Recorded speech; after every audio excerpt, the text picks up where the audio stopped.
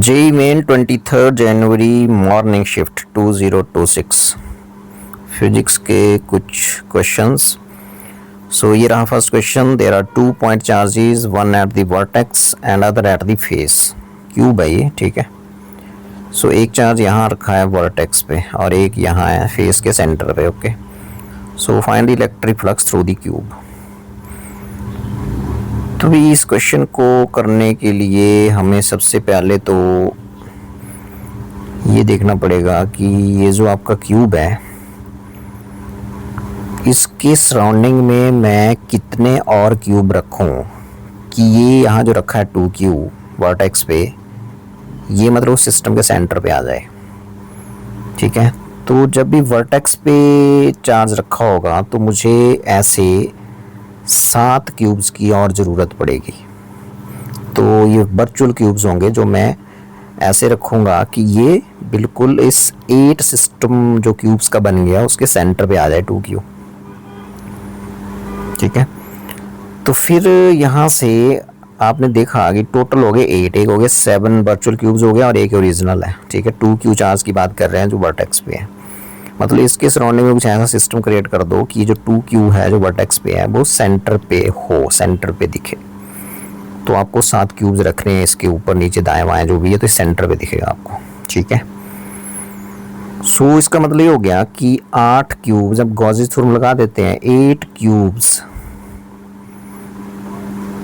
Closed body हो गई, उसके सेंटर पे चार्ज 2 क्यू है। 8 क्यूब से कितना फ्लक्स गुजरा Gauss's theorem Q upon epsilon not, लेकिन इन प्लेस ऑफ क्यू यहाँ 2 क्यू है तो 2 क्यू अपॉन एप्सिलॉन नॉट। तो एक क्यूब के हिस्से में कितना आया, 8 आ गया नीचे, तो ये बन गया 2 क्यू अपॉन 8 एप्सिलॉन नॉट। ठीक है, अब हम देखते हैं कि इस दूसरे वाले की बात करते हैं। दूसरे वाला फेस के सेंटर पे और ये क्यू है, तो इसमें मुझे एक और क्यूब की आवश्यकता पड़ेगी यहाँ। ठीक है, एक और क्यूब मैं इसके साथ में यहाँ लगा दूंगा तो ये बिल्कुल सेंटर पे दिखेगा। ठीक है, तो इसका मतलब 2 क्यूब से गॉसेस थ्योरम के अकॉर्डिंग कितना फ्लक्स गुजरा, चार्ज अपॉन एप्सिलॉन नॉट, मतलब क्यू अपॉन एप्सिलॉन नॉट। तो एक क्यूब के हिस्से में कितना आया, क्यू अपॉन 2 एप्सिलॉन नॉट। बस हो गया क्वेश्चन। ठीक है, तो टोटल फ्लक्स कितना हुआ, फाई इज इक्वल टू ये वाला 2 Q upon 8 epsilon not plus ये वाला क्यू अपॉन 2 एप्सिलॉन नॉट। तो भी आपके पास ये आंसर आ गया। देखो यहाँ से ये बन गया आपके पास 4 आ गया, इधर 1 अगर Q upon epsilon not common आ जाएगा, अंदर बचेगा 1/4 प्लस 1/2। सो ये आ जाएगा आपके पास 3/4 क्यू एप्सिलॉन नॉट। सो इसका जो ऑप्शन आएगा वो आएगा 3। ठीक है जी, सेकंड क्वेश्चन देख लेते हैं। प्रोजेक्टाइल पे क्वेश्चन है। सो ये क्वेश्चन ये बोल रहा है कि projectile is being projected with velocity with speed v। Okay, speed v के साथ इसको हमने प्रोजेक्ट किया। Okay, so at an angle 60 degree. Okay, with the horizontal find the ratio of the speed at the highest point. तो highest point आपको पता है कि थ्रू आउट द जर्नी जो इसका ये कंपोनेंट रहेगा u cos थीटा, ये चेंज नहीं होगा, through out the journey same रहेगा। तो हाईएस्ट पॉइंट पे भी यही कंपोनेंट होगा, कौन होगा, u cos थीटा। और वर्टिकल कंपोनेंट ऑफ वेलोसिटी यहाँ 0 हो जाता है। और यहाँ जब ये ग्राउंड को हिट करेगा तो सिचुएशन वही आ जाती है जो शुरू में थी। ठीक है, तो इनिशियल वेलोसिटी v होगी यहाँ पे और यहाँ होगी v है तो v बोलो। ठीक है, u बोलते चाहिए थी, v है तो यहाँ भी v होगा ना, फिर ये तो v cos थीटा। ठीक है, सो ये पूछ रहा है कि फाइनल पॉइंट पे वेलोसिटी तो v होगी, तो उनका रेशियो निकालो। हाईएस्ट पॉइंट पे v cos थीटा है और फाइनल पॉइंट पे v है, तो इनका रेशियो लेने को बोल रहा है। तो v cos 60 अपॉन v। ठीक है, सो ये कट गया तो it is 1/2, so it is 1/2, option 3। आगे चलते हैं, ये है क्वेश्चन प्रिज्म पे। क्वेश्चन ये बोल रहा है कि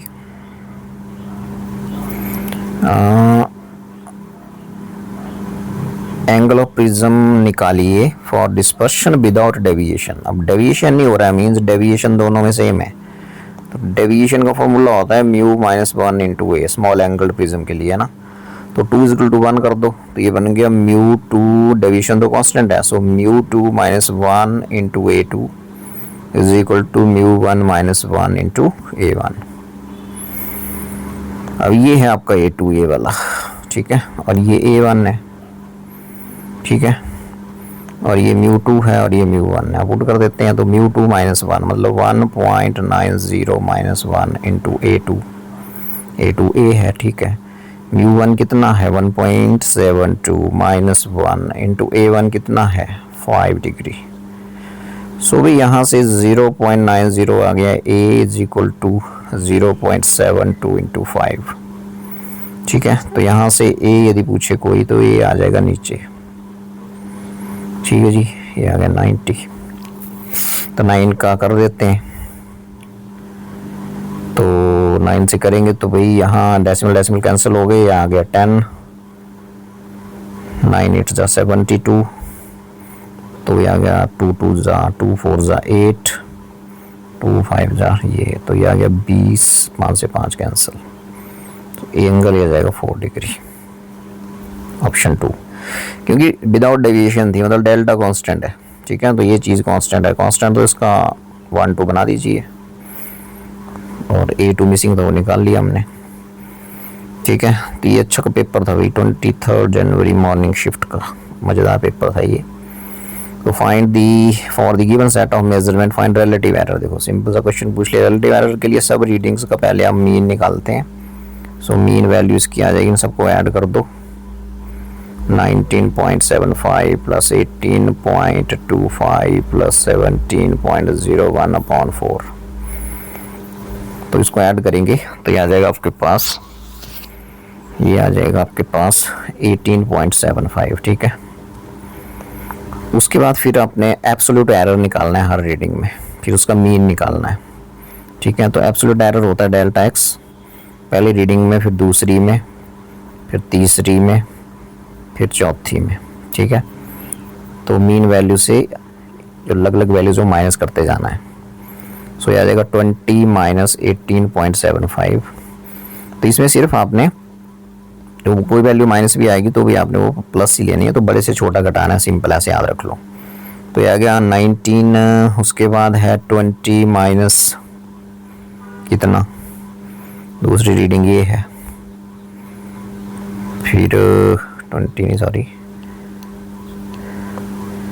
ये कितना 18.75। तो इसको माइनस करना बड़ा से छोटा आपने, सिंपल, ठीक है। तो बड़ा यहाँ कौन है 19.75 माइनस 18.75। अगली रीडिंग के लिए फिर आपने 18.25 माइनस 18.75, 18.75, ठीक है, लास्ट वाली ये। सो ये जितनी वैल्यूज आएंगी ना आगे, ये मैग्नीट्यूड ही लिखना है आपने आगे जो भी आएगा, ठीक है। तो उसके बाद फिर ये मीन ये एब्सोल्यूट एरर आ गया हर ऑब्जर्वेशन का। तो उसके बाद फिर मीन एब्सोल्यूट एरर कैसे लेंगे, इन सबको ऐड कर दो अपॉन 4। तो ये सबको आपने ऐड कर देना है, ये जितना भी यहाँ आएगा ये इसको सबको ऐड करोगे अपॉन 4, ठीक है। First reading plus second reading plus third reading plus fourth reading plus upon 4। तो इसको कर रहे हैं तो हम देख रहे हैं यहाँ आएगा 1.12। तो मीन ही आ गया आपका, मीन एब्सोल्यूट एरर भी निकल गया। अब रिलेटिव एरर का फॉर्मूला क्या होता है, delta x is equal to mean absolute error divided by mean value of quantity. तो मीन वैल्यू तो हमने निकाली हुई है, तो आ जाएगा 1.12 अपॉन 18.75। तो इसको आप करोगे तो 0.06 आ जाएगा। ये बिल्कुल सिंपल सा क्वेश्चन था, कोई इसमें टफ नहीं था, और इस कैलकुलेशन करनी पड़ेगी यहाँ पे आपको, ठीक है।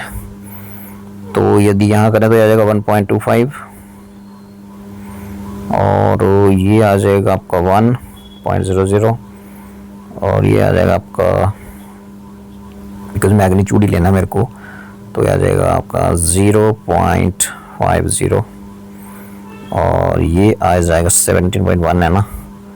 तो यदि मैं यहाँ से 17.1 0 1 करता हूँ तो आ जाएगा 5, सॉरी 5 में से 1 गया 4 7 और ये आ गया 1, तो ये आएगा आपका। ठीक है, तो यदि फिर इन सब वैल्यूज़ को मैं यहाँ पुट कर दूँ, ये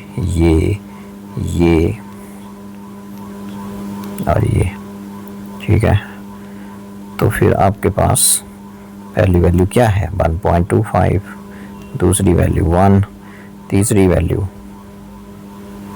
0.50, चौथी वैल्यू 1.74।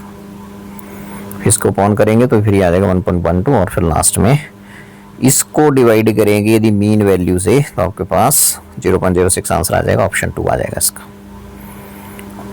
तो आगे बढ़ते हैं और बात करते हैं क्या है ये। सो भाई इसमें पूछा जा रहा है कि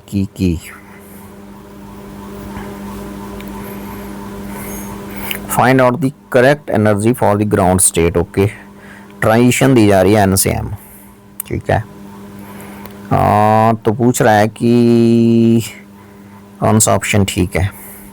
तो आपने पढ़ा ही है कि बोर्स मॉडल में क्या होता है कि जो आपकी एनर्जी का फॉर्मूला रहता है nth ऑर्बिट में, that is -13.6 Z square into 1 upon, ठीक है, एन स्क्वायर, ऐसे होता है ना।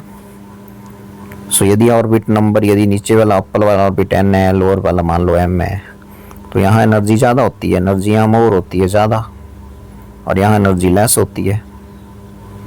ठीक है, तो जब जंप करेगा ये तो n से m करेगा जंप। ठीक है, तो n से जब m को जंप करेगा तो डिफरेंस इन एनर्जी, उतनी एनर्जी रिलीज होगी। तो डिफरेंस मतलब ज़्यादा में से कम वाली घटानी, तो ये n वाली ज़्यादा है, तो ज़्यादा है तो फिर डेल्टा E हो जाएगा, n वाली ज़्यादा मैं बोल रहा हूँ। z की वैल्यू मैं इसको चेक कर रहा हूँ, z की वैल्यू हीलियम के लिए होती है 2, सो 2 का स्क्वायर। सो अब हम क्या कर रहे हैं, देखो यहाँ से ज़्यादा कम, ठीक है, तो मतलब -1/n²। ठीक है, सो m से n वाली ज़्यादा माइनस कम। ठीक है, तो ज़्यादा माइनस कम करेंगे तो यहाँ n पहले आ जाएगा और -m² आ जाएगा। ठीक है,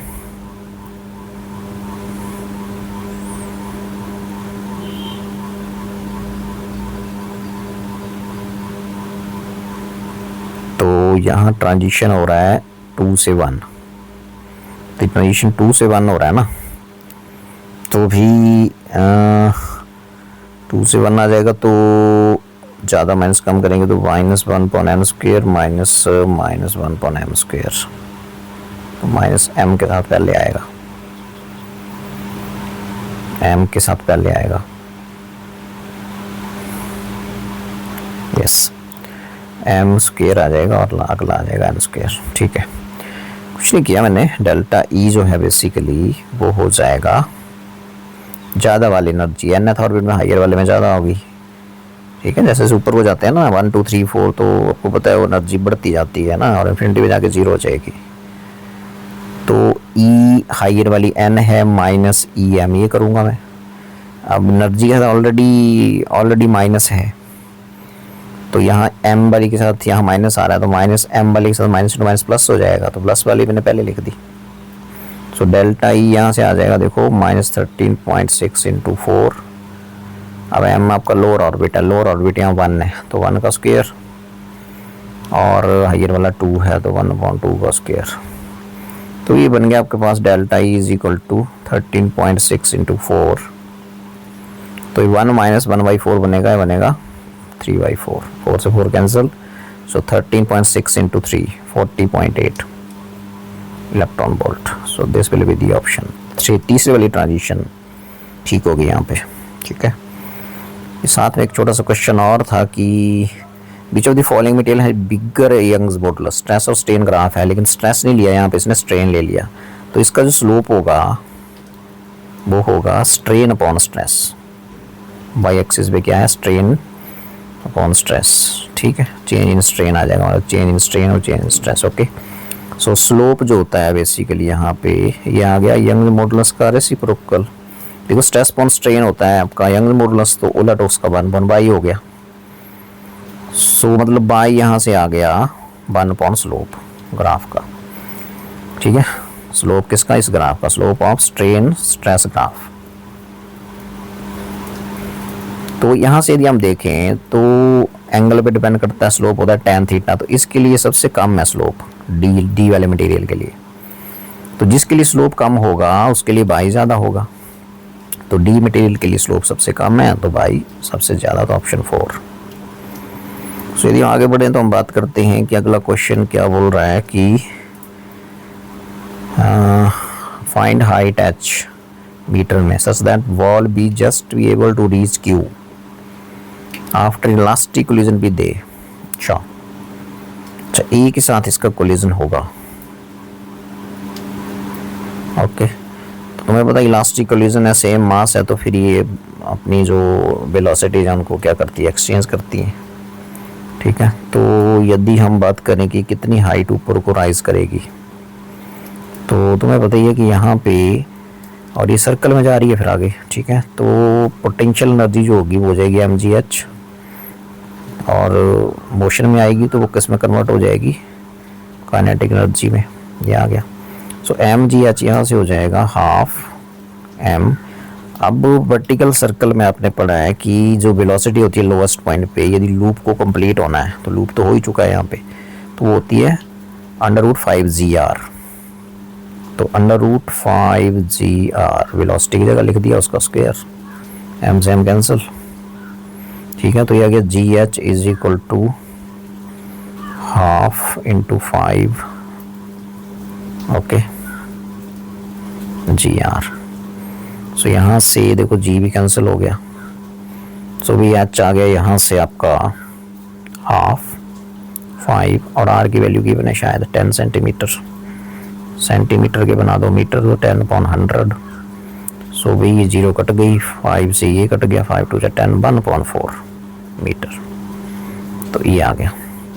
बस यहाँ यदि पता होना चाहिए कि लूप को कंप्लीट करने के लिए जो वेलोसिटी होगी लोवेस्ट पॉइंट पे 1/5gr होती है, ठीक है। बस हो गया फिर क्वेश्चन, कंजर्वेशन ऑफ एनर्जी, ठीक है। तो इसको जो हाइट मिलेगी और वेलोसिटी मैंने बताया कि दो सेम मास की बॉडीज हों और वो इलास्टिक कोलिजन में जाएं तो वेलोसिटीज इंटरचेंज हो जाती हैं, तो वेलोसिटी जो इसकी वेलोसिटी है वो इसको मिल जाएगी, है ना। तो पोटेंशियल एनर्जी क्या हो जाएगी इस मास की? mgh, और वो किसकी इक्वल हो जाएगी? Half mv²। तब ये लूप होगा, लूप लोवेस्ट पॉइंट पे वेलोसिटी v है, तो ये कंप्लीट हो जाएगा आपका लूप, ठीक है, 1/4 मीटर। आगे बढ़ते हैं और देखते हैं नेक्स्ट क्या है, जीनर डायोड पे क्वेश्चन। सो इस क्वेश्चन में क्या पूछ रहा है, लेट अस चेक। तो इसमें ये पूछा जा रहा है कि for a given circuit the breakdown Zener voltage 5 volt, okay. तो जीनर ब्रेकडाउन वोल्टेज दी जा रही है आपको, वो दी जा रही है 5 वोल्ट। तो मतलब ऐसा है कि 25 वोल्ट से 5 वोल्ट ही इधर आ सकता है इधर, तो इसके अक्रॉस कितना बच गया फिर? 20 वोल्ट, रेजिस्टेंस अक्रॉस 20 वोल्ट बच गया, ठीक है। तो और 5 वोल्ट जो जीनर डायोड ले ही रहा है, ये ब्रेकडाउन मैक्सिमम इसमें इतनी आ सकती है, ठीक है। तो ये इसके पैरेलल में लगा हुआ है, तो इधर भी वोल्टेज 5 भी हो गई, 5 वोल्ट। तो यदि वोल्टेज और रेजिस्टेंस पता है तो यहाँ करंट पता लग जाएगा आपको। तो I is equal to V/R, तो V या इस रेजिस्टेंस के अक्रॉस 5 वोल्ट है अपॉन R इसका 5 × 10⁻³ है, 10⁻³ मैंने ऊपर लिख दिया तो माइनस ऊपर जाके हो गया, तो वही हो गया आपका 1 मिली एम्पियर करंट यहाँ आ गया, मिली होता है 10⁻³ तो इसके अक्रॉस करंट यहाँ 1 मिली एम्पियर पहुँच गया। और ये जीनर के अक्रॉस, जीनर वायर के अक्रॉस कितना करंट जा सकता है? मैक्सिमम 5। इसका मतलब ये हो गया कि इस जंक्शन पे यहाँ से करंट कितना आ रहा होगा? यहाँ से कोई 6 मिली एम्पियर करंट आ रहा होगा, और यहाँ पे 5 मिली एम्पियर इधर चला गया, और बाकी 1 मिली एम्पियर इधर आ गया, सिंपल। अब ये पूछ रहा है कि मैक्सिमम करंट तो इतना था, लेकिन ये पूछ रहा है कि वैल्यू ऑफ आर निकालिए, इस आर की वैल्यू। अब इस आर में देखो सब कुछ दिख रहा है, इस रेजिस्टेंस में करंट कितना है? 6 मिली एम्पियर, और इसके क्रॉस पोटेंशियल डिफरेंस कितना है? 20 वोल्ट। तो करंट तो निकाल ही सकते हो, I is equal to V/R। फिर आ गया V कितना है इसके क्रॉस? 20 वोल्ट। ये सीरीज में पोटेंशियल डिफरेंस डिवाइड होता है, जीनर के क्रॉस यदि 5 वोल्ट आ गया तो इसके क्रॉस 20 बचा होगा, क्योंकि 25 वोल्ट का बैटरी लगा है, ठीक है। तो 20 अपॉन आर की वैल्यू निकालनी है और करंट की वैल्यू दी हुई है। तो मतलब यहाँ से R is equal to V upon I, ऐसे लिख दो सीधा।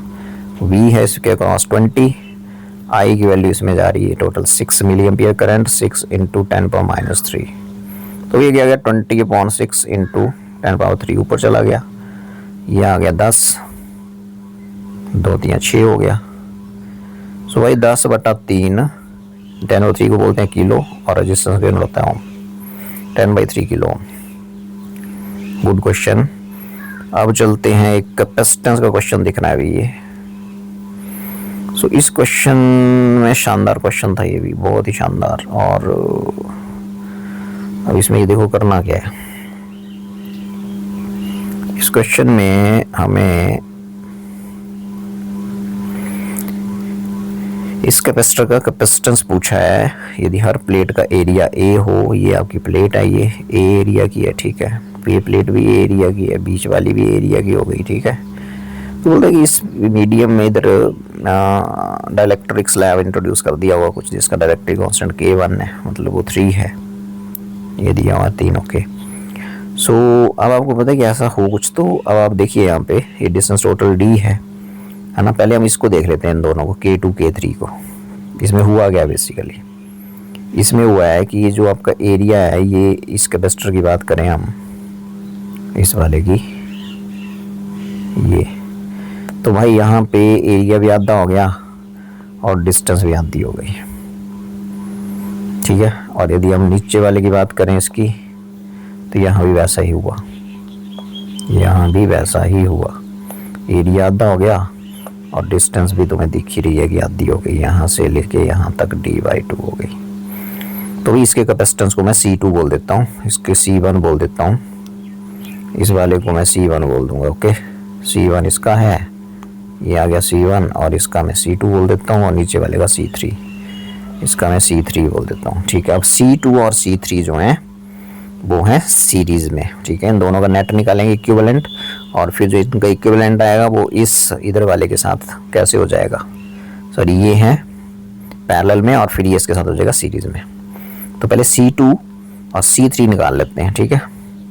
तो C2 क्या होगा यहाँ से, epsilon not A, epsilon not K की वैल्यू कितनी, K2 is 5 A upon D, ठीक है। 5 को पहले लिखो, तो 5 epsilon not A upon D, पर A तो A/2 है और D भी D/2 है, ये देखो, ठीक है। ये बनेंगे पैरेलल में, और फिर पैरेलल में जो इनका इक्विवेलेंट आएगा वो इसके साथ हो जाएगा सीरीज़ में, बस हो गया।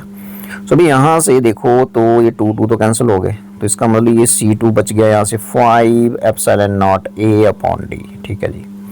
अब हम निकालते हैं ये वाला C3 बोल देते हैं। तो इसमें K3 कितना है, 2 dielectric constant 2 epsilon not A, यहाँ भी A/2 और नीचे D/2, सो 2 से 2 कैंसिल, तो आपके पास ये बचेगा 2 epsilon not A upon D, ये आ गया।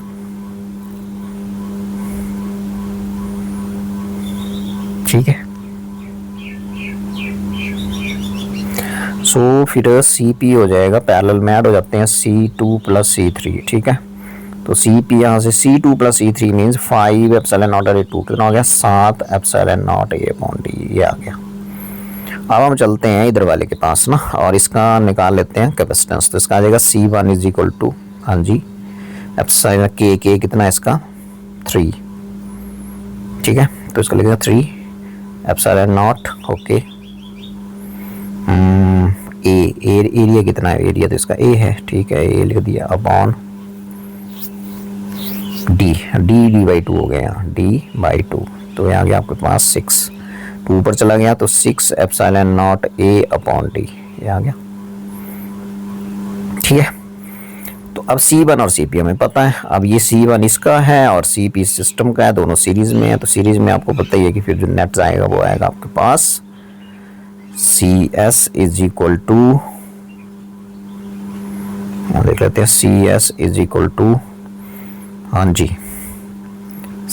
ऊपर प्रोडक्ट नीचे सम C1 CP upon C1 plus CP, ठीक है, क्योंकि इसका CP है और इसका C1 है, तो ऊपर प्रोडक्ट नीचे सम अब पुट कर देते हैं value, that is equal to C1 की वैल्यू ये आ गई 6 epsilon not A upon D into C P की value 7 epsilon not A upon D और नीचे इन्हीं का सम। तो इसमें epsilon not A upon D में कॉमन ले लेता हूँ, अंदर क्या बचेगा 6 + 7, ये आ गया। तो जी epsilon not A upon D ये इसके साथ कैंसिल हो गया, ठीक है। और अब आपके पास ये बचा 42 epsilon not A upon D और नीचे क्या बचा 13। तो 13 का पहाड़ा पड़ेगा तो बन जाएगा 13 × 3 = 39, 0 7 13 7, ठीक है। तो ये लगभग इतना बनेगा 42/13, 13 × 3 = 39, बचे 3, तो 32 कितना आएगा ये, चलो इसको ऐसे रहने देते हैं। तो ये आएगा भी आपका आंसर ना। सो लगभग ये किसके इक्वल होगा 42/13। तो यदि मैं इसको भी 13 का पहाड़ा पढ़ूँ तो लगभग 3 का पहाड़ा पढ़ूँ तो ये लगभग 13 आ गया। तो यहाँ यदि 3 का पहाड़ा पढ़ेंगे तो लगभग 41/13 बिल्कुल ठीक। तो यदि आप इसको भी देखो ना, इस आंसर को देखो 1 को, तो इसको रफली से थोड़ा सा अप्रॉक्सीमेशन लगाओ कि यदि मैं देखो ना इसको 3 से कर रहा हूँ तो 13 × 3 = 39 होते हैं, 13 पॉइंट समथिंग होगा ये, ठीक है। और यदि इधर ऊपर 3 से मैं इसको काटता हूँ तो ये तो एग्जैक्ट कट गया 41/13 पॉइंट समथिंग है। तो लगभग बाकियों में नहीं ऐसा आएगा, आप चेक कर लो। तो इसके आसपास का जो आंसर है, इसके आसपास जो आंसर है वो ये है, ये 123/40। तो ये अच्छा क्वेश्चन था, ऑप्शन 1 इज करेक्ट। तो आगे बढ़ते हैं, तो देख लेते हैं अगला क्या है, सिंपल पेंडुलम पे। ये भी अच्छा क्वेश्चन है, सिंपल सा क्वेश्चन है। और सो वही इसमें देखो जरा क्या हो रहा है, इसमें कुछ नहीं हो रहा है, सिंपल है ये।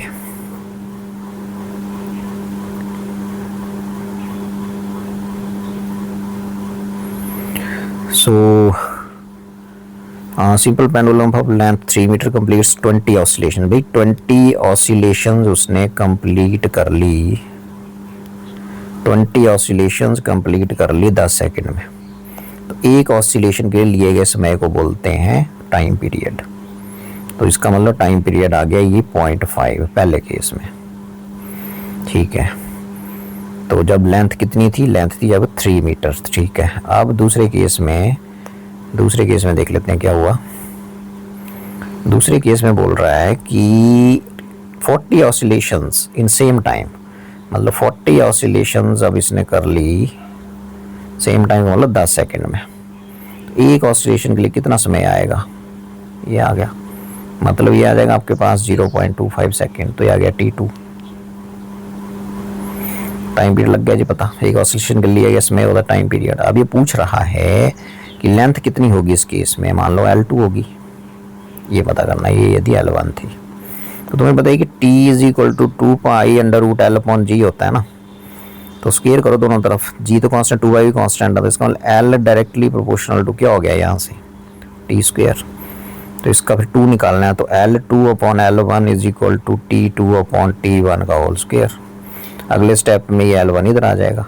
तो T2 कितना है 0.25, ओके, 0.5 0 ले सकते हो यहाँ पे।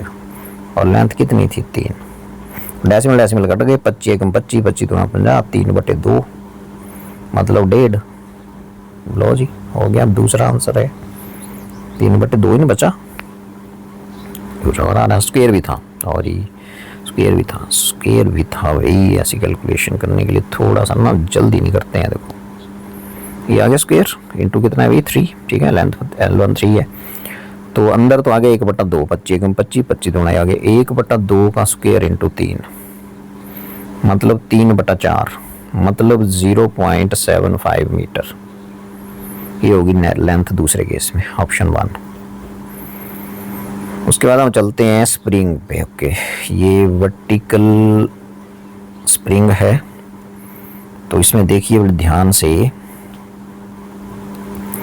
कि find the ratio of energy stored in 2 springs. अब एनर्जी स्टोर का पहले तो आपको फॉर्मूला बताना चाहिए, बिल्कुल ठीक, हाफ के x² होता है, ठीक है। एक्सटेंशन जो प्रोड्यूस हुई, स्ट्रेचिंग जो हुई वो कितनी हुई x, तो यदि से इसको मैं ना के से एक्स से मल्टीप्लाई करूँ और के से मल्टीप्लाई करूँ और के से डिवाइड करूँ तो ऐसे लिख सकते हो, तो ये आ गया। तो यदि मैं इसको ऐसे लिख सकता हूँ, देखो हाफ, मतलब रेस्टोरिंग फोर्स होता है वो मैग्नीट्यूड में के एक्स ही होता है, के स्प्रिंग कांस्टेंट है, तो इसका मतलब ये एफ बन गया, एफ स्क्वायर बन गया ये ऊपर, और नीचे क्या है भाई 2k, ये फॉर्मूला लगेगा करने के लिए, ठीक है। और नीचे को इसका जो वेट होगा ये mg, यही आपका ऊपर को रेस्टोरिंग फोर्स होगा f, ठीक है। तो f की जगह आप mg लिख दो, तो इसका मतलब ये हो गया कि ये हो गया mg whole square, m square g square हो गया मतलब, और नीचे हो गया 2k स्क्वायर। अब आप बोल रहा है कि k1 k और m के रेशियो से लिखो इसको, तो इसका मतलब u डायरेक्टली प्रोपोर्शनल टू हो गया m स्क्वायर और इनवर्सली प्रोपोर्शनल हो गया k स्क्वायर। तो बोल रहा है कि रेशियो एनर्जी का लेना है, तो u1/u2 हो जाएगा, हाँ जी, m1/m2 होल स्क्वायर, और आगे एफ स्क्वायर ना, 2 यहाँ के स्क्वायर नहीं है, स्क्वायर नहीं है ये, ठीक है। और ये हो जाएगा k2/k1 ऐसे लिख सकते हैं। तो भाई यहाँ m1/m2 तो दिया ही हुआ है 1/4, उसका करेंगे स्क्वायर, और k1/k2 दिया हुआ है, तो k2/k1 हो जाएगा 2/1, तो ये आ गया। तो ये 1/16 और ऊपर बचा 2, तो ये आ गया 1/8, ये ठीक है। तो ऑप्शन 3 ये था,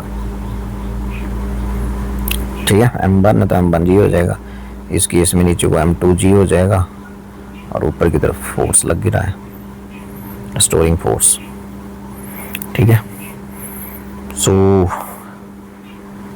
यहाँ पे 11th क्वेश्चन हो चुका है, नेक्स्ट देख लेते हैं। सो भाई ये है, देखो ये है आपका यंग्स डबल स्लिट एक्सपेरिमेंट पे क्वेश्चन। तो इसमें तो कुछ भी नहीं है, सिंपल ही है। यंग डबल सेटअप में 2 different monochromatic resources are used but fringe width on the fringe width beta same दिया हुआ है, तो फ्रिंज विड्थ होती है लैम्डा d/d, वो होता है कांस्टेंट हो गया मतलब ये, ठीक है, सेम दिया मतलब कांस्टेंट हो गया। अच्छा लैम्डा d, अच्छा तो फिर पूछ रहा है डी निकालो, तो यहाँ से डी निकालो, तो डी यहाँ से क्या हो जाएगा, डी होगा यहाँ से डायरेक्टली प्रोपोर्शनल d/λ, 1/2 बना दो, तो d1/d2 क्या हो जाएगा, d1/d2 इंटू λ2/λ1, ठीक है। सो d1/d2 यहाँ से आ जाएगा, देखो d1/d2 2/1, λ2/λ1 उल्टा करो इसका 2/1, सो इट इज़ 4, ठीक है। चौथा ऑप्शन आ जाएगा, आसान ही था ये, इसमें कुछ भी नहीं है। आगे देख लेते हैं, ये है क्वेश्चन, यस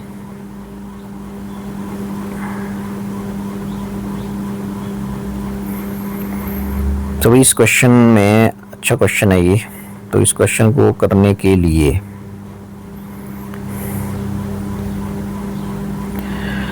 ध्यान से देखें क्या करना है। 25 kg का मास मूव कर रहा है 30 मीटर पर सेकंड से, ओके। अनदर मास 15 kg सेम मटेरियल का है, मूव कर रहा है लेकिन अपोजिट डायरेक्शन में, ठीक है। मतलब एक इस तरफ जा रहा है और एक इस तरफ जा रहा है, ठीक है। ये 15 kg का मास है और ये दूसरे वाला जो है ये 25 kg है। पहले की वेलोसिटी 30 है, दूसरे की 10 है, 30 और 10 वही, ठीक है। ये 30 मीटर पर सेकंड से जा रहा है, ठीक है, ये आ गई 30 मीटर पर सेकंड, ओके। और ये कितने से आ रहा है, 10 मीटर पर सेकंड से, ओके। तो वही इसको m1 बोल दो, इसको v1 बोल दो, इसको m2 बोल दो और इसको v2 बोल दो। तो इसमें पहले तो कोलाइड कर रहे हैं इन और परफेक्टली इनलास्टिकली, मतलब टक्कर के बाद जो उनकी टक्कर के बाद वो स्टिक हो रहे हैं आपस में, ठीक है। टक्कर के बाद वो स्टिक हो रहे हैं because perfectly inelastic collision bodies will stick together after collision, okay. So भाई फिर वो कंबाइंड सिस्टम बन जाएगा, 25 और 15 जोड़ के 40 kg का सिस्टम बन जाएगा। तो पहले तो इसमें देखो कि कंजर्वेशन ऑफ लीनियर मोमेंटम, तो इनिशियल मोमेंटम क्या हो जाएगा, m1 v1, दूसरे में अपोजिट डायरेक्शन मूव कर रहा है तो माइनस दूसरा हो जाएगा m2 v2, ठीक है, is equal to combined system. जब वो स्टिक हो जाएंगी तो टोटल मास हो जाएगा ये, और वेलोसिटी मान लो बड़ा v, कैपिटल V वेलोसिटी मान ली मैंने, ठीक है। तो वैल्यूज पुट कर लो, ये बन गया भाई 15 into 30 -25 into 10 is equal to, ये बन गया दोनों को ऐड करके 40, 15 + 25 और v यहाँ से निकल जाएगा आराम से। तो ये आ गया 450, ये आ गया 250 और ये आ गया 40v।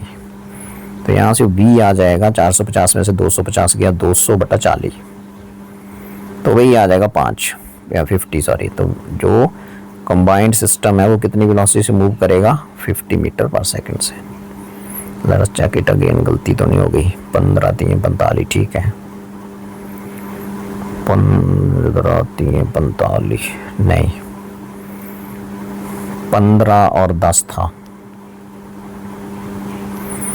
25 और 15 है मास भाई, ये है 25, ये 25 है ओके, और ये वाला 15 है, ठीक है। वेलोसिटी कितनी है, 30 और 10, 30 और 10, ठीक है। 25 और 15 है, तो यहाँ 15 होगा ये। तो भाई ये कितना बन गया, 750 - 150, तो ये बन जाएगा मेरे पास 750 150 600/40 बन जाएगा ये। 15 चौके 60, 15 मीटर पर सेकंड से मूव करेगा सिस्टम। जब परफेक्टली इलास्टिक कोलिजन हो जाएगा ना, तो वो एक ही सिस्टम बन जाएगा, बॉडी स्टिक हो जाएंगी, इकट्ठी हो जाएंगी। तो 25 + 15 40 kg मास हो जाएगा, वो इतनी वेलोसिटी से मूव करेगा। क्लियर। तो भी अब इसमें एनर्जी भी देख लेते हैं, काइनेटिक एनर्जी, दोनों बॉडीज मोशन में थी। तो काइनेटिक एनर्जी इनिशियल देख लेते हैं। इनिशियल काइनेटिक एनर्जी हो जाएगी हाफ m1v1² + हाफ m2v2², और फाइनल काइनेटिक एनर्जी हो जाएगी kF = हाफ m1 + m2। और कंबाइंड सिस्टम कितनी वेलोसिटी से मूव कर रहा है, कैपिटल V से, ठीक है। तो देख लेते हैं कितना आता है ये। तो इसमें हाफ m1 कितना है, 25, v1 कितना है, 30 का स्क्वायर कितना होता है, 900, प्लस हाफ m2 कितना है, 15, और 10 का स्क्वायर कितना होता है, 100। तो वो ये 2 से कट के आ गया यहाँ 450, और ये भी 2 से कट के आ गया यहाँ 50। तो भी 45 × 25 कर लो, 25 × 5 = 125, 12 × 25 = 100, 112, 1125 आ गया ये, प्लस 0 भी है, ठीक है। 45 × 25 किया मैंने इधर ना, 25 × 5 = 125 हो गया, 25 × 112, ठीक है, 11,250। और यहाँ आ गया भाई ये 15 × 5 = 75, 750, इसमें 750 जोड़ दो, तो आ गया 5 7 8 1 1875, और साथ में नहीं 0 भी है ना, 11,250 में 750 ही जोड़ने। Half m2v², yes, half m2 कितना था, 15, और v2 कितना था, 10, ठीक है। 10 का स्क्वायर 100 हो गया, 15 में 750, 750 जोड़ो इसमें, 0.10 1 9 1 10 2 12,000 आ गया, 12,000 जूल एनर्जी इनिशियल। फाइनल देख लेते हैं। अच्छा जी, हाफ और 40 दोनों का सम ऑफ मासेस, 15 का स्क्वायर 225, 20, तो ये आ गया kF आ गया 225 450, ये आ गया 4500। तो भाई ये आ गई आपकी फाइनल काइनेटिक एनर्जी, ठीक है। अब ये पूछ रहा है कि जब वो टक्कर हो चुकी है और बॉडीज आपस में स्टिक हो चुकी हैं, तो find the rise in temperature of the system. Yes, टक्कर से टेम्परेचर बढ़ेगा ही, तो भी टेम्परेचर जो बढ़ेगा वो बढ़ेगा, हीट प्रोड्यूस होगी, वहाँ हीट प्रोड्यूस होगी, तो वो होगी जो आपकी चेंज इन काइनेटिक एनर्जी होगा, that will be heat produced. So heat produce कितनी होगी, is equal to change in kinetic energy KI - KF। तो कितना आ जाएगा, 12,000 - 4500, तो 12,000 में से 7 चले गए तो 8, 7500 आ गया ये, 7500 जूल, ठीक है। अब हीट प्रोड्यूस का फॉर्मूला होता है mc∆T, C स्पेसिफिक हीट है, ये आ गया, दैट इज इक्वल टू 7500। अब यहाँ से ∆T निकाल लो, हो गया काम। टेम्परेचर में चेंज पूछ रहा है कितना होगा, तो आ जाएगा 7500/mc। ठीक है, तो m आ गया टोटल 40 और c की वैल्यू दी हुई है ऊपर देखो, और जूल में करना है काम। ठीक है, ऐसा ही सिस्टम है। तो आगे 7500 अपॉन मास की वैल्यू बोलो भाई 40, 15 25 40 था यस, इंटू हाँ जी सी की वैल्यू 5 कैलोरी। 5 कैलोरी, 1 कैलोरी में होते हैं जूल के लिया हुआ देखो यहाँ 4.2 से इसको मल्टीप्लाई कर तो जूल में बन गया। लेकिन आ गया पर ग्राम, ग्राम चला जाएगा ऊपर और ग्राम के बनाओ केजी, तो 1 ग्राम में कितने केजी होते हैं 10⁻³ पर ग्राम था, नीचे बटा ग्राम, मतलब बटा ग्राम ऊपर चला गया ग्राम, तो 1 ग्राम को केजी में लिखना है, तो 10⁻³ केजी होता है ग्राम में। अब इसको कर लो सॉल्व, आ गया आपका टेम्परेचर। ठीक है, सो ये आसानी है, देखो 0 से 0 कट गया और 5 से ये भी कट गया, 5 एकम 5 25, 0 150 बचा। ठीक है, और 2 से फिर ये कट जाएगा, 2 दूनी 4 और ये बचा 75। ठीक है,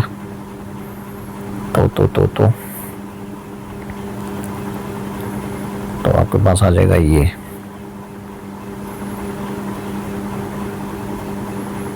-3। ठीक है, सो भाई 75 गुना आ गया आपके पास, नीचे 2 भी बचा है और क्या बचा है 42, ऊपर 10 लिख दिया मैंने और नीचे 1 इसको 1000 लिख दिया। अपने बचा कुछ चेक करो 75 ओके है, ये 10 नीचे वाला लाया मैं ऊपर आ गया। ठीक है, 2 और बचा है नीचे ओके, और ये 1000 आ गया। अब देखो बोला क्या हुआ, ये 0 से 0 कैंसिल, 25 दिया होता है 75 और भाई 25 चौका होता है 100, बिल्कुल ठीक, और 3 एकम होता है 3 और 14 3 होते हैं 42, ऊपर बचा 1 और नीचे बचा कितना 4 दूनी 8, 14 8 112, 1/112 डिग्री सेल्सियस। तो ये था ये क्वेश्चन, मज़ेदार।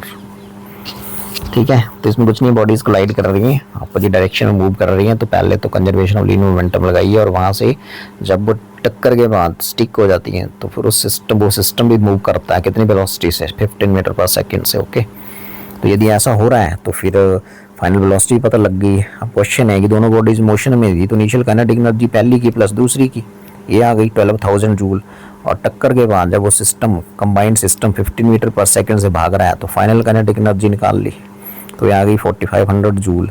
अब क्वेश्चन है कि वहाँ हीट प्रोड्यूस होगी, टक्कर होगी, तो क्वेश्चन कितनी हीट प्रोड्यूस हुई, जो काइनेटिक एनर्जी का डिफरेंस होगा, बड़ी माइनस छोटी, ये कर दी मैंने, तो 7500 जूल हीट प्रोड्यूस होगी। ओके, जूल में काम कर रहे हैं, ऐसा सिस्टम में चलना है। हीट प्रोड्यूस का formula mc delta T, total mass system का। अब यहाँ टोटल मास लिखना है m1 + m2, ये ठीक है, m1 + m2 जो है उसको मैंने m बोल दिया और m की वैल्यू कितनी थी 40, फिर डेल्टा टी यहाँ से निकाल लिया 1/112 डिग्री सेल्सियस। तो option 2 will be the correct answer, 1/112, 1 नहीं होगा इसका 2 होगा। ठीक है, 2 ऑप्शन है। आगे चलते हैं और देखते हैं ये क्या क्वेश्चन है, रोटेशनल मोशन का क्वेश्चन। ठीक है, सो रोटेशनल मोशन में ये अच्छा क्वेश्चन है। 2 point particle of masses 2m and m are attach to endless massless rod. ठीक है, ये एक रॉड है, ऐसे ये एक रॉड है देखो। ठीक है, यहाँ 2m है और यहाँ m है, मासलेस रॉड है भी। ठीक है, ओके, तो ज़्यादा मास की तरफ होता है cm, तो ये cm मान लो यहाँ है पॉइंट c पे। ठीक है, तो भाई अब आप ऐसा करिए कि जो 2m मास है इसको ले लो ओरिजिन पे, ओरिजिन पे ले लिया मैंने, कौन मास था ये बोलो 2m, और सिस्टम ऑफ ये बन गया बाई एक्सिस। ओके, और इधर वाला हो गया ये एक्स एक्सिस, ऐसे।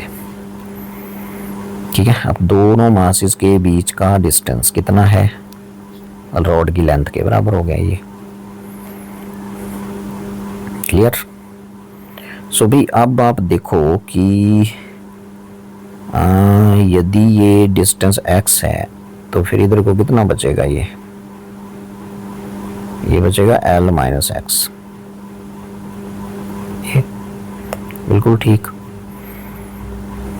ठीक है, अब यदि मैं इसका इस सेंटर ऑफ मास का यदि मैं एक्स कोऑर्डिनेट देखूं तो वो क्या होता है formula, m1x1 plus m2x2 upon sum of masses, बिल्कुल ठीक, ये आ गया।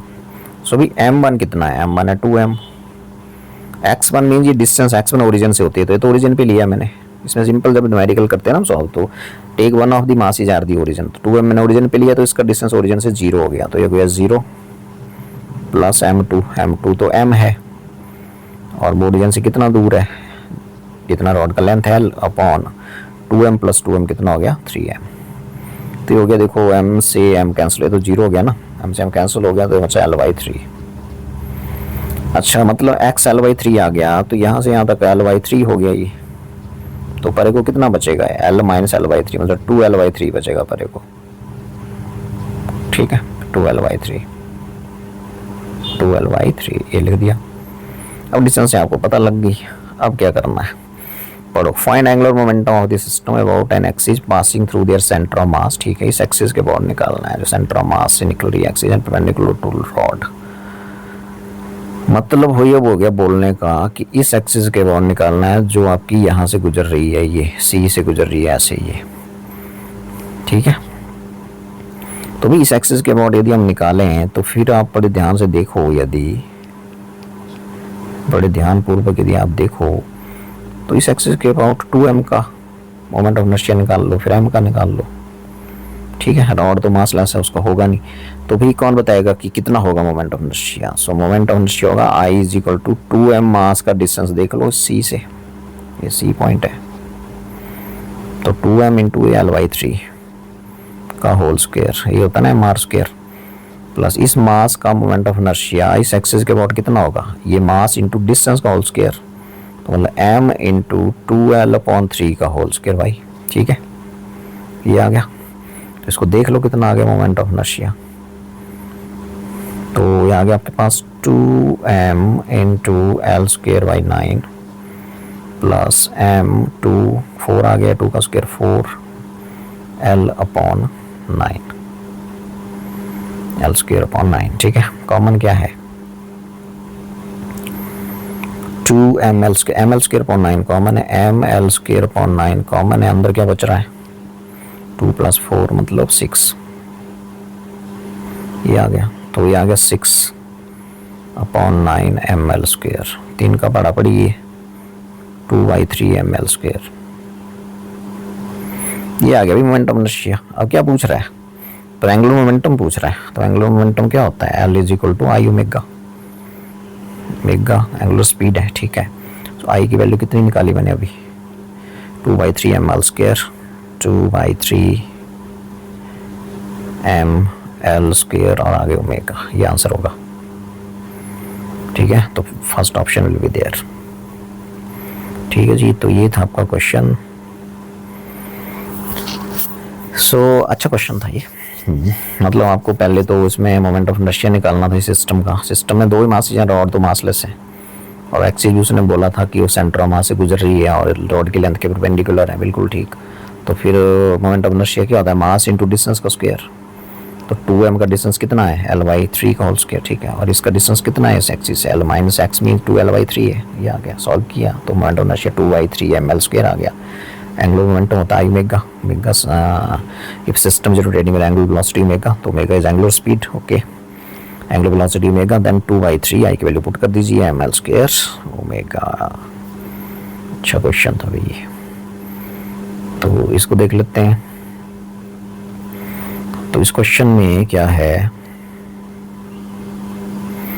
इस क्वेश्चन में आपका uniform wire is bent into the shape of a circle of radius r has a resistance per unit length। एक लेंथ के लिए रेजिस्टेंस कितना है लैम्डा, तो मेरा सर्कल है तो सर्कल का टोटल लेंथ है रेडियस r, तो 2πr हो गया, 2πr लेंथ के लिए लैम्डा इंटू 2πr हो गया, वेरी सिंपल। ठीक है, मतलब 2πr लैम्डा हो गया, सिंपल है ना। अब ये बोल रहा है कि बैटरी कुछ ऐसे जोड़ी है, इसके 1/4 हिस्से भी ये देखो ऐसे लगाई हुई है बैटरी, पॉइंट ए और बी के अक्रॉस, ठीक है। ए और बी जो चौथा हिस्सा ये ये देखो 90 डिग्री का एंगल से पता लग रहा है, ठीक है। तो चौथे हिस्से की सर्कमफेरेंस के लिए रेजिस्टेंस देख लेते हैं। तो भाई एक हो गया चौथा हिस्सा, मतलब ये हो गया 2 पाई, मतलब 2 पाई टोटल लेंथ होती है, तो 2 पाई आर अपॉन 4 लेंथ होगी चौथे हिस्से की। उसके लिए रेजिस्टेंस कितना हो जाएगा, एक के लिए लैम्डा, तो इतने के लिए multiply 2 pi r upon lambda, 2 pi r upon 4 into lambda से मल्टीप्लाई करना है। सो 2 से कैंसिल हो गया, तो आ गया पाई आर लैम्डा अपॉन 2। तो वही चौथे हिस्से का लग गया पता। अब ये जो 3/4 हिस्सा बचा है, इसका रेजिस्टेंस कितना होगा, तो 3/4 हिस्से की लेंथ हो जाएगी 3/4 2 पाई आर।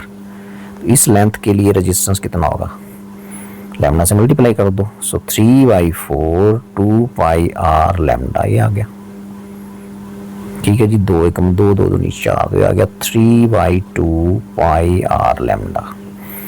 इसको R1 बोल दो, इसको R2 बोल दो, ठीक है। अब ये दोनों आ गए पैरेलल में, ये दोनों रेजिस्टेंस पैरेलल में हो गया क्वेश्चन। ये बैटरी से कनेक्टेड अक्रॉस हो गया सब टेंस एंगल 90 डिग्री से। तो मुझे पता लगा कि चौथा हिस्सा इधर है और 3/4 हिस्सा इधर है सर्कल का, ठीक है। तो चौथे हिस्से का रेजिस्टेंस इतना हो गया और 3/4 हिस्से का रेजिस्टेंस इतना हो गया, ठीक है जी। सो अब ये find the equivalent resistance of this across A B equivalent resistance हो जाएगा, देखो ध्यान से। तो ये हो जाएगा पैरेलल में, तो आरपी हो जाएगा R1 into R2 upon R1 plus R2 करिए। सो हो जाएगा ये pi R lambda upon 2 into 3/2 pi R lambda, और नीचे इनका सम। जब सम करोगे ना इनका, तो पाई आर लैम्डा तो कॉमन है, ठीक है। पाई आर लैम्डा यदि कॉमन है तो अंदर क्या बचता है, यहाँ बचता है हाफ और यहाँ बचता है 3/2। ये हाफ 3/2 हो गया 2, क्योंकि आधा और 3/2 होता है 2, ठीक है।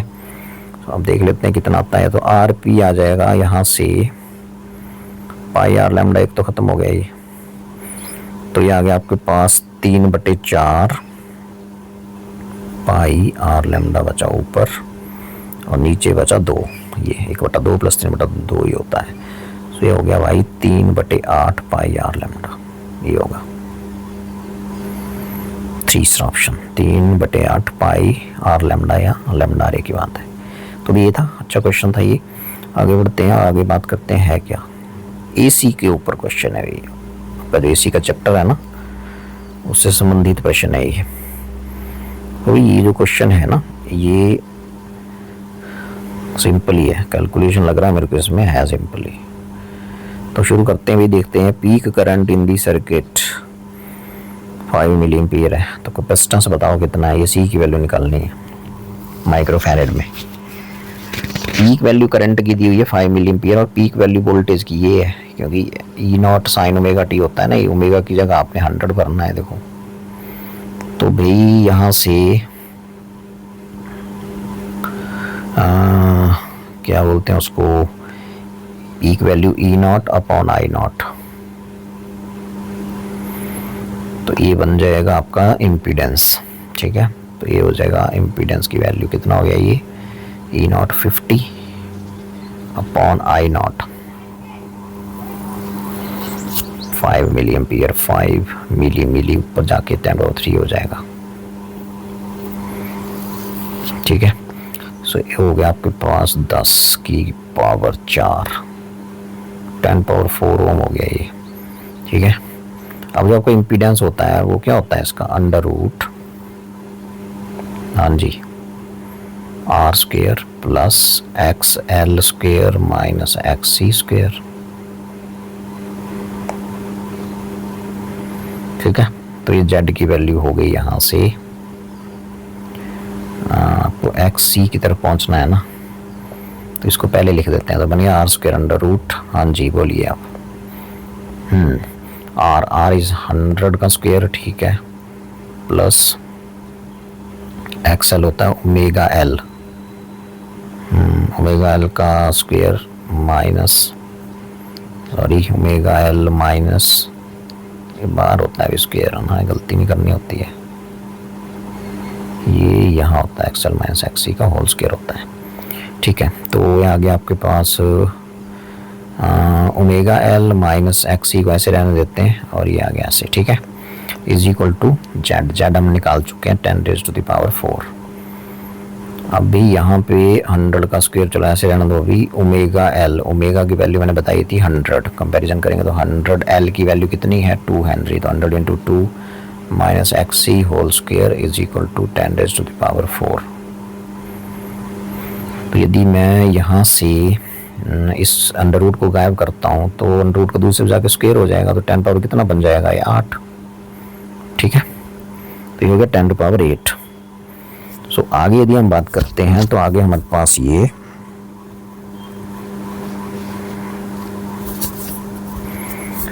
कितना हो जाएगा, देखिए,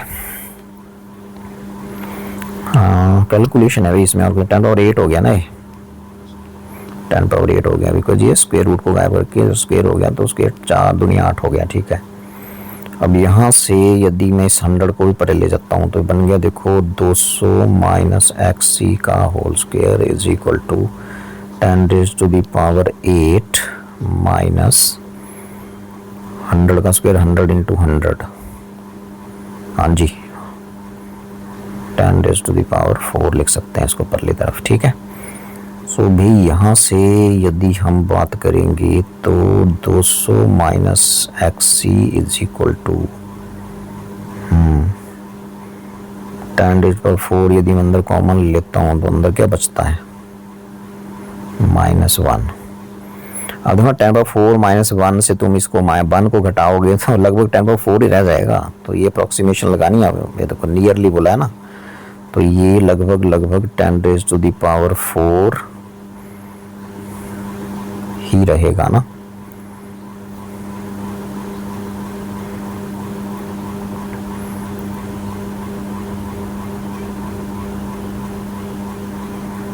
तो यहां से क्या आएगा, 200 माइनस एक्स सी,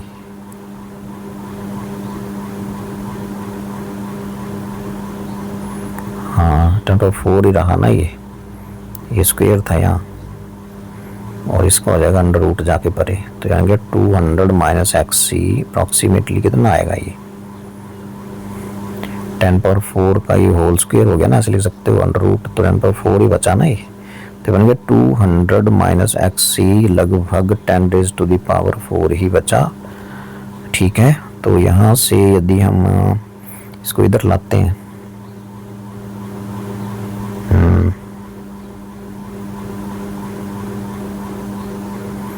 तो ये क्या हो जाएगा, ये परली तरफ चला गया और ये आ गया इधर को, तो इसमें भी रखना थोड़ा ध्यान कि माइनस एक्स ही है नहीं, तो कैलकुलेशन में घुमा लिया भाई इसमें, है ना। सो यहाँ से यदि हम बड़े ध्यान पूर्वक देखें, बिकॉज ये इस तरफ जाएगा तो उधर आके माइनस हो जाएगा, तो मैग्नीट्यूड में ले लेते हैं, तो कितना आ जाएगा, ये एक्स सी माइनस एक्सएल होना था यहाँ पे, चलो कोई नहीं। सो ये आ गया यहाँ से 10⁻200 माइनस 10⁻⁴,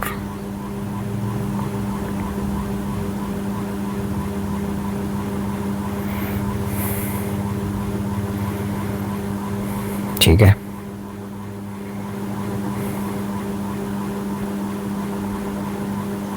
सो आगे देखते हैं,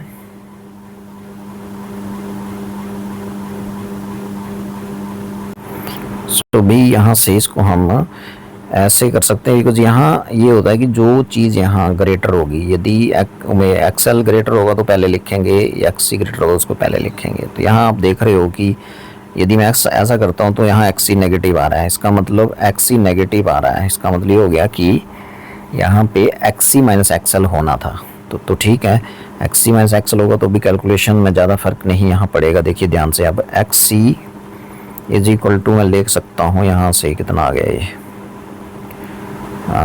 10⁻⁴ माइनस 200 आ गया ना, तो आ गया 200, हाँ, तो इसको मैं ऐसे लिख सकता हूँ 10⁻⁴ माइनस 200, लेकिन एक्स यहाँ पहले आना था तो पॉजिटिव ले रहा हूँ मैं इसको ना, तो इसको इधर कर दो, इसको इधर कर दो, तो ये आ गया, तो एक्स सी कितना आ जाएगा, हाँ जी -200, और ये जो एक्स होता है 1/ओमेगा c, ठीक है। सो यहाँ से देखो ये ध्यान से ओमेगा तो 100 है, तो ये आ गया 100 इंटू सी, ये आ गया 10⁻⁴ - 200। ओके, सो यहाँ से ये 1/c कितना आ जाएगा, 100 यहाँ चला गया, तो 10⁻⁴ - 200। तो यहाँ से c देखते हैं फिर कितना आता है। ये हो गया 10⁻⁶ माइनस 2 गुना 10⁻⁴। So 1/c is equal to, फिर वही 10⁻⁴ अंदर यदि कॉमन है तो यहाँ 10⁻2 बचता है -2।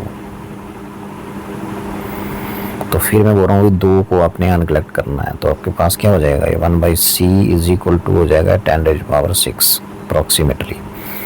100 में से 2 अप्रॉक्सीमेट नियरली आंसर चाहिए ना, तो c हो गया यहाँ से 10⁻⁻6 फैरेड, तो c हो गया यहाँ से 1 माइक्रोफैरेड। तो ये था क्वेश्चन। बस यहाँ आपने थोड़ा सा करना कि यहाँ पे XC को पहले करना था और ओमेगा L को बाद में करना था, ये पहले होना था और ये बाद में होना था। बाद में हमें जाके पता लगा कि XC ग्रेटर है, जो यहाँ ग्रेटर होता है उसको पहले लिखना है, तो जब ग्रेटर होता है तो लास्ट में मैंने सीधा कर दिया यहाँ पे ना, जो बड़ा मैंने छोटा कर दिया। वैसे हो तो यहाँ ऐसे रहा है बिकॉज हमने XC को छोटा मान लिया, हालांकि XC बड़ा है XL से। तो फिर ये आ जाएगा, उसके बाद approximate answer will be 1 microfarad. देखो कैलकुलेशन खतरनाक है। आगे बढ़ते हैं और आगे देखते हैं। नेक्स्ट क्वेश्चन है आपका total internal reflection, critical angle आ गया भाई, ठीक है। तो बोल रहा है कि 2 मीडिया है N1 N2, तो डेंसर टू रेयर रेज आता है उसमें ऐसे, ये डेंसर मीडियम है, तो यहाँ से रेज चलिए ऐसे ये, और फिर ये नॉर्मल आ गया, ये क्रिटिकल एंगल होगा, तो जो रे है आपकी ये बिल्कुल यहाँ ग्रेज करेगी ऐसे, ठीक है। तो फिर इसमें जो रिलेशन रहता है, यदि ये म्यू है इसका, μ2 है इसका रिफ्लेक्टेड इंडेक्स μ1 है, तो ये मीडियम कौन सा है इधर, डेंसर। बट इधर मीडियम कौन सा होता है, रेयर, तो ये कॉन्सेप्ट है यहाँ पे, ठीक है। तो फिर साइन ऑफ एंगल C होता है 1/μ2 तो इसको लिख सकते हो आप 1/μ2/μ1, मतलब हो गया μ1/μ2, मतलब साइन C आ गया, C इज क्रिटिकल एंगल, μ1/μ2, ठीक है। तो यदि ऐसे आ रहा है तो फिर ये बन गया क्वेश्चन। अब फर्स्ट मीडियम इसमें ये होगा, ये फर्स्ट मीडियम डेंसर, क्योंकि इंसिडेंट रे डेंसर में ट्रैवल करेगी ना, तो ये हो गया फर्स्ट मीडियम ये वाला, और ये हो गया रेयर वाला हो गया सेकंड मीडियम। ये थोड़ा ध्यान रखना है यहाँ पे। अब पढ़ो क्वेश्चन की speed of light first medium में दी हुई है, फर्स्ट मीडियम वाला डेंसर मीडियम में स्पीड ऑफ लाइट दी हुई है, मतलब इस मीडियम में आपको v2 दिया हुआ है, इस मीडियम में v2 कितना है 2.4 इंटू 10⁸ मीटर पर सेकेंड, ठीक है। फर्स्ट सेकंड मीडियम में 2.8, रेयर मीडियम तो यहाँ वेलोसिटी ज़्यादा ही होगी, ठीक है। तो ये दिया हुआ है आपको 2.8 इंटू 10⁸ मीटर पर सेकेंड, तो ये डाटा है अभी, ठीक है। अब म्यू क्या होता है आपका, म्यू होता है C/V, तो C/V1 और ये हो गया C/V2, C कैंसिल हो गया और V2 चला गया ऊपर को और V1 नीचे। अब V2 कौन है, फर्स्ट मीडियम में वेलोसिटी कितनी है 2.4 इंटू 10⁸, और अगले मीडियम में कितनी है, रेयर में ज़्यादा होगी, रेयर में 2.8 इंटू 10⁸, तो ये कट गया, डेसिमल भी गया, तो ये 24/28, ठीक है। 4 का बड़ा पढ़ दो, 4 × 24, 4 × 7 = 28, तो साइन C आ गया आपका 6/7, तो C कितना हो जाएगा, sine inverse 6/7, 6/7 option 1। Certain reason का क्वेश्चन पूछा गया नेक्स्ट। सो इसमें देखो क्या है, in ferromagnetic material magnetic dipoles are aligned in localized domain, बिल्कुल ठीक, ठीक है, डायपोल्स हैं डोमेन थ्योरी आपने पढ़ी है फेरोमैग्नेटिज्म की, ठीक बोल रहा है। When diamagnetic substance is heated above the Curie temperature its magnetic properties are weakened heavily, बिल्कुल ठीक। क्यूरी टेम्परेचर के आगे, क्यूरी टेम्परेचर पे वो पैरामैग्नेटिक बन जाता है। तो पैरामैग्नेटिक बन गया क्यूरी पे, तो इसका मतलब उसकी जो अपनी प्रॉपर्टीज है मैग्नेटिक वो वीक हो जाती हैं। तो दोनों ही ट्रू है भाई, लेकिन जो दूसरा है रीज़न वो करेक्ट एक्सप्लेनेशन नहीं है। तो आई थिंक दूसरा A is correct, R is correct, but जो आपका रीज़न है that is not correct explanation of A, option 2। Statement है दोनों ही ट्रू हैं। तो भाई ये देख लेते हैं question. Find the induced EMF in the rod after it has fallen through 2000 metre under gravity, free fall हो रहा है, ठीक है। सो भी जब भी एक कंडक्टर लेंथ एल का मैग्नेटिक फील्ड में है तो फिर उसके एंड्स के क्रॉस जो है वो इंड्यूस्ड ईएमएफ कितना होता है, BLV होता है भाई, बल्लभ BLV। अब फ्री फॉल में वेलोसिटी कितनी होती है, √2GH।